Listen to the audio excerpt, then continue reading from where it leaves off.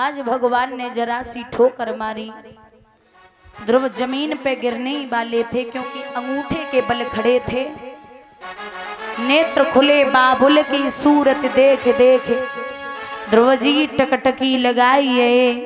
और जब याद मात की आई गई नैनन से आंसू आए गए। ध्रुव रोए हैं तो पूछा क्यों रो रहे हो? जवाब दिया हमें माँ की याद आ रही है।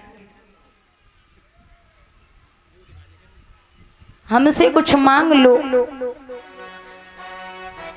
तो ध्रुव बोले कि मैं बेटा हूं हे नाथ पिता, तो तुमको ही सब चिंता है और तुम ही सोचकर बतलाओ इस बेटे के लायक क्या है। आप ही बता दो कि मेरे लिए क्या अच्छा है। आपको एक बात बता दें दादा कि भगवान पहले तो हम पे और आप पे प्रसन्न होने वाले नहीं, मतलब दर्शन देने वाले नहीं है। और बाई चांस अगर दे भी दें तो भगवान से कभी सोना चांदी मत मांगना, क्योंकि आप सुनार के पास जाओगे तो सोना मांगोगे, दुकानदार के पास जाओगे तो दुकान में जो जिस चीज की जरूरत होगी वो मांगोगे, पहलवान के पास जाओगे तो कहोगे पहलवानी सिखाओ, पैसा वाले के पास जाओगे तो कहोगे धन दे दो।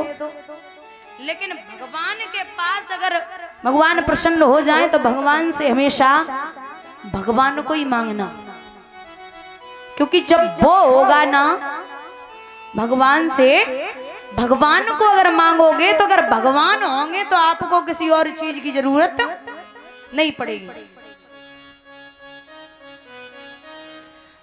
एक छोटा सा उदाहरण आपको दे दें। जिस समय भगवान श्री राम लंका से विजय प्राप्त करके आए थे तो सबको सब जगह का राजा बना दिया था, लेकिन जो मेन भक्त थे राम जी के, जिनका नाम है हनुमान जी, हनुमान जी ने कुछ नहीं मांगा। एक बार राम जी बैठे तो बड़ा अच्छा सरल स्वभाव राम जी का, बड़े खुश बैठे थे, तो हनुमान जी से बोले कि हे हनुमान, सबको सब जगह का राजा बना दिया लेकिन तुमने कुछ नहीं मांगा, तुम भी कुछ ले लो, तुम्हें क्या चाहिए? तो जवाब दिया हनुमान ने कि हे महाराज हमें कुछ नहीं चाहिए। अरे बोले कहां का पद दे दूं, कहां का पद दे दूं? हनुमान जी बोले जब पद से तो दूरी रखो। क्यों? क्योंकि जहां पद होगा वहां मद जरूर होगा। मद माने अहंकार, घमंड।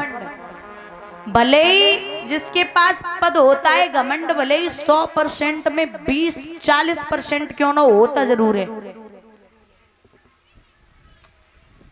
तो भैया राम जी बोले पद नहीं चाहिए तो कहां की गद्दी दे दूं? गद्दी चाहिए? अरे बोले महाराज गद्दी से तो दूरी रखो। क्यों? बोले गद्दी तो बिल्कुल नहीं चाहिए, अब गद्दी वाले भूत बड़ी जल्दी बनते हैं। बोले वो कैसे? बोले वो ऐसे। ओ पहलवान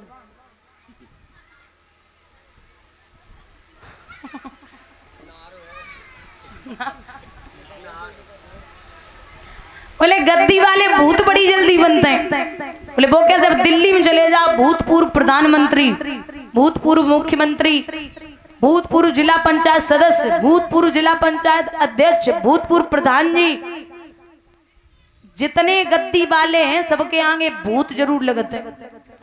और तुमने भूतपूर्व प्रधानमंत्री, भूतपूर्व मुख्यमंत्री सुना होगा, लेकिन भूतपूर्व रामचंद्र और भूतपूर्व कृष्णचंद्र नहीं सुना होगा।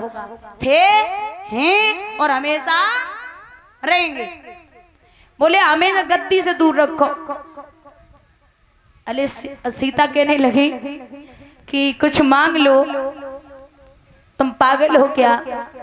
इतने अच्छे बूढ़ में भगवान बैठे, रोज मौका नहीं मिलता। अच्छा राम जी बोले काम करो, डबल चाहिए डबल ले लो। हाँ हनुमान बोले जे ठीक है, डबल दे दो। हैं सीता बोली हमें तो एक होना चाहिए, अब डबल चाहिए? बोले हाँ मैया। डबल क्या चाहिए? बोले डबल में आप अपने दोनों पद,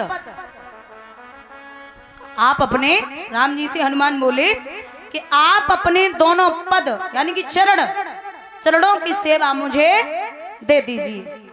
सीता आगे बढ़ी, भगवान राम ने हाथ पकड़ो और जवाब दो कि हे देवी आप दूर खड़ी रहिए, एक भक्त के सामने में पत्नी को यहाँ सम्मान नहीं दे सकता, जो मांगा है वो मैं से दूंगा।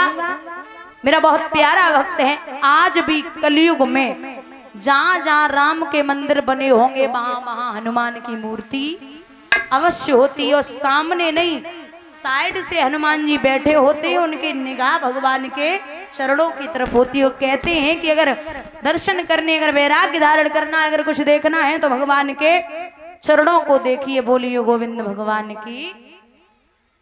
तो भगवान से हमेशा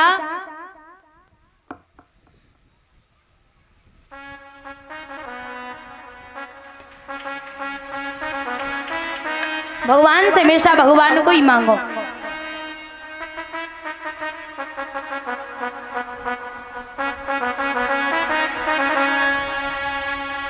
महाराज कहा है कि जाओ, तुम्हें राज्य की वजह से निकाला गया था, 1-2 वर्ष नहीं 36,000 वर्ष तक अयोध्या नगरी का राज्य करोगे।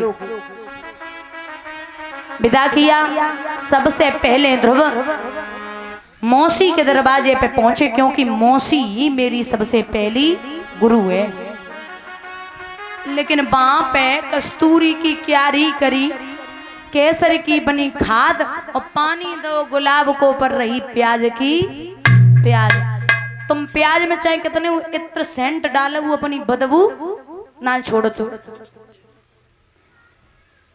कसम देकर के दरवाजे खुलवाए। महाराज वहां